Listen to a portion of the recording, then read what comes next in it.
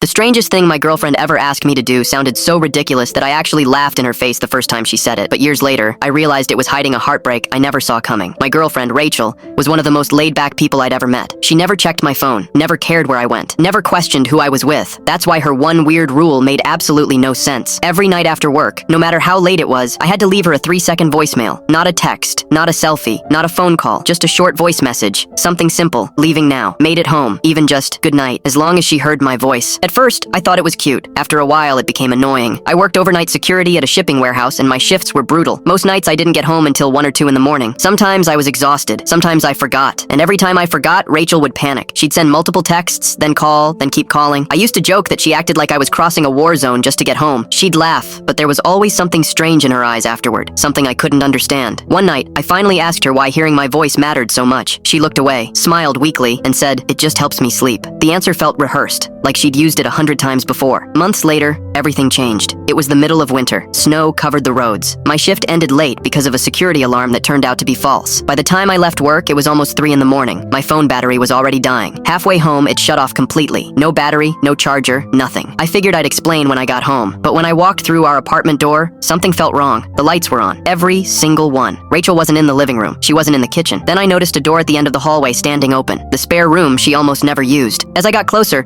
I saw someone had been going through old boxes. Photographs were spread across the floor, folders open, papers everywhere. On the desk was a laptop, still awake. A video file was paused. Without thinking, I clicked play. A teenage boy appeared on the screen, maybe 16, smiling, laughing, talking to whoever was recording. Then he looked directly into the camera and said, "Mom, stop worrying. I'll call you when I get there." The video ended. Next to the laptop was a missing person poster. Same boy. My stomach dropped. I picked it up. The date was nearly 10 years old. According to the report, Rachel's younger brother disappeared while traveling home from a school event. No witnesses, no answers, nothing. Then I saw a police report. One sentence was highlighted. The final communication received from the victim was a voicemail sent to a family member shortly before his disappearance. Everything clicked. The voicemail rule, the panic, the late night calls whenever I forgot. It wasn't about control. It was fear. I heard the front door open downstairs. A few seconds later, Rachel rushed into the room. The second she saw me holding the poster, she froze. Neither of us spoke. Tears filled her eyes. "I thought something happened to you," she whispered. That hit harder than anything. I walked over and hugged her immediately. She held on to me like she'd been carrying fear for years,